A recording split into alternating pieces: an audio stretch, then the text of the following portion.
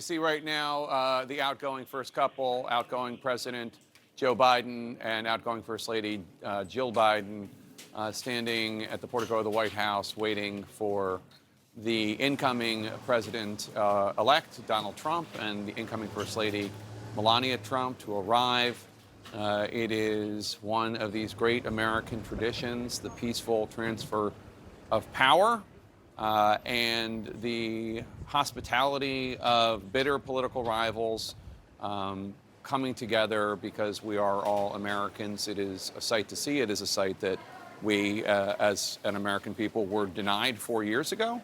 But it is good to have it back, and hopefully it will continue in perpetuity. Here is Donald J. Trump, the incoming 47th President of the United States. Let's take a look and see if we can hear it.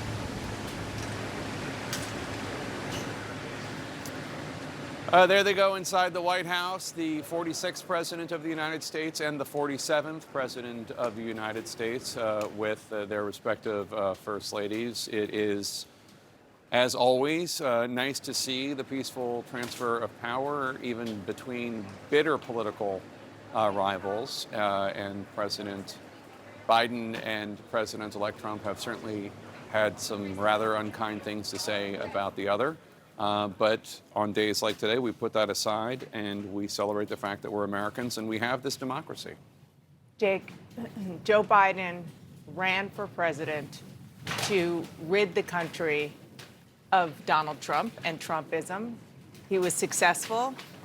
And then 4 years later, he lost that.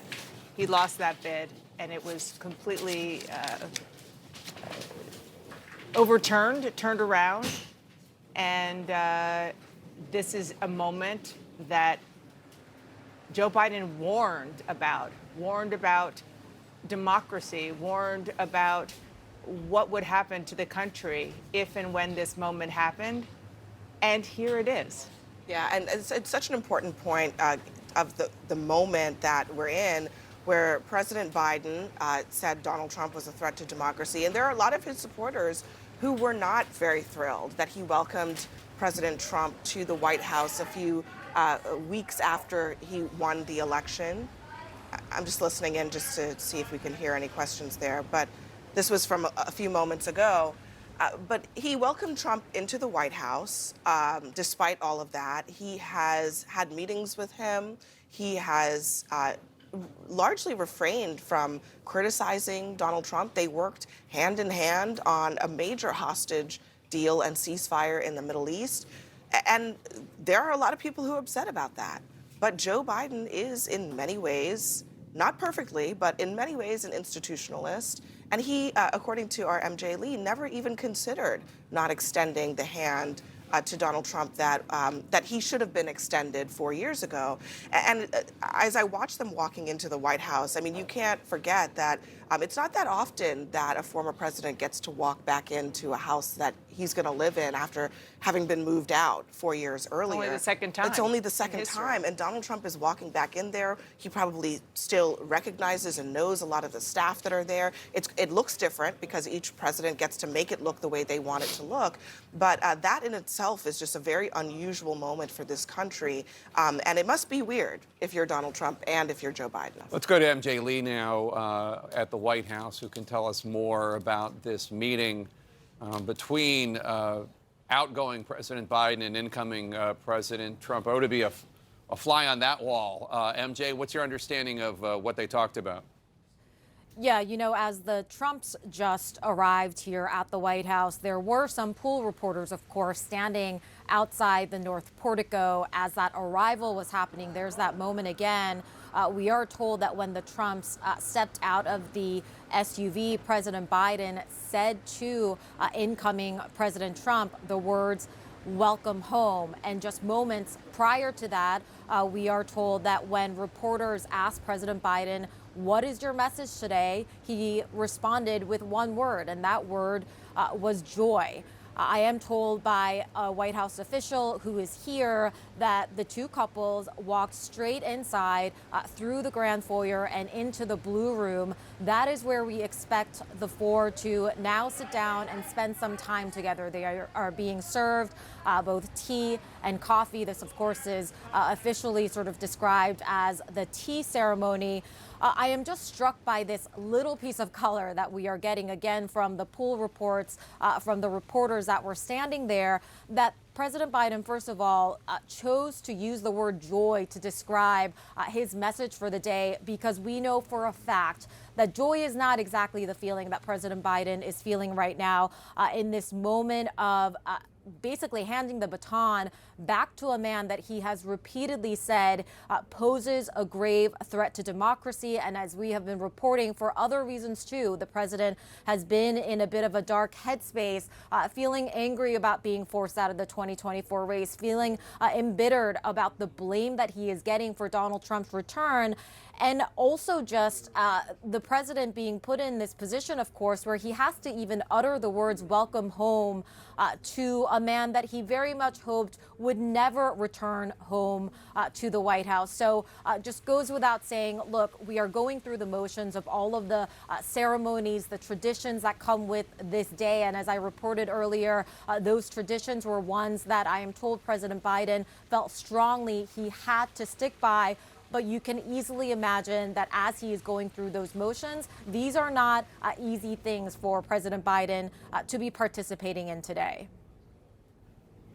No, not at all. And for those wondering, because I know there are a lot of Democrats out there who think that the reason that Donald Trump is back at the White House is because Joe Biden made the decision to run for re-election, and everything that happened in 2024 with the CNN debate and obvious moments of communication problems. A lot of people in the Democratic Party hold Joe Biden responsible for ushering the Trump era back in. That is not how President Biden sees it. President Biden thinks that the Democratic elites kicked him out and that he could have won if he had been permitted to stay at the top of the ticket. Pollsters can discuss whether or not there's any data to support that contention, but that is the president's belief. Let's go to Caitlin Collins at Emancipation Hall right now to give us the latest on what's going on in the room where they are expecting to inaugurate the 47th president. Caitlin? Well, Jake, here's a lot of the cabinet getting off the buses. There's Kristi Noem, I should say hopeful cabinet. Kristi Noem, Trump's pick to be his DHS secretary. I also saw Howard Lutnick getting off the bus. That is Trump's pick to be his commerce secretary. There's Pam Bondi, Marco Rubio, Doug Collins. You're seeing all of them filter in here. And Scott Bessent as well, Trump's pick to run the Treasury Department. RFK Jr. as well. Really, this entire bus is the entire Trump cabinet, should they be confirmed by the Senate. Most of them appear to be on a glide path to doing so. Marco Rubio is expected to be the first one to be confirmed, Jake. It remains to be seen when the others are confirmed there, but obviously that'll be a key part of governing for the president-elect turned president. I'm here at Emancipation Hall, and this is kind of the overflow room where a lot of the guests who aren't going to fit in the rotunda, because you saw they could only squeeze so many chairs in there, they'll be in here. This is really the visitor center area of the Capitol. It's named after the enslaved people who built the Capitol, I should note, Jake. And so this is where Trump will come after he delivers that inaugural address. I'll actually be listening closely to that because I don't think that is a scripted speech. I believe there are unscripted remarks that Trump will be delivering here just briefly to those who are gathered here in the room. And it'll be their first opportunity to get a glimpse of the president and the vice president, J.D. Vance, once they are sworn in. Right now, so far, you're already seeing a few notable figures here in the room. Governors will be here and other VIPs at the top. Guests of congressional leadership we know are expected to be seated here. Hakeem Jeffries, the Democratic leader in the House, is one that we're expected to be here. Right now, you're looking at the north lawn of the White House. You can see those green tents in the background. That's where all the TV reporters stand and deliver their reports. Of course, the Beast is leading off. That's the car that Joe Biden and Donald Trump will get into together with the First Lady and the incoming First Lady to ride up here to the Capitol where I am, Jake. And you're just getting a sense of all of the people, the VIPs that have been shifting around and figuring out where they're going here.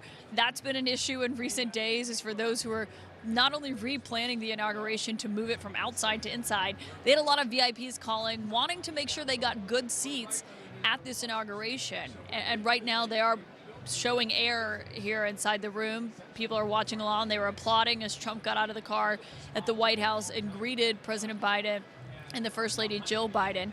But obviously just a fascinating scene for all of these small moments that you watch here. And in just a few moments, that rotunda will be filled with all of the guests who are seated here, as well as Emancipation Hall, where they're playing music and people are gathering and milling about as you're looking around to see who it is that has been invited and gotten a prime seat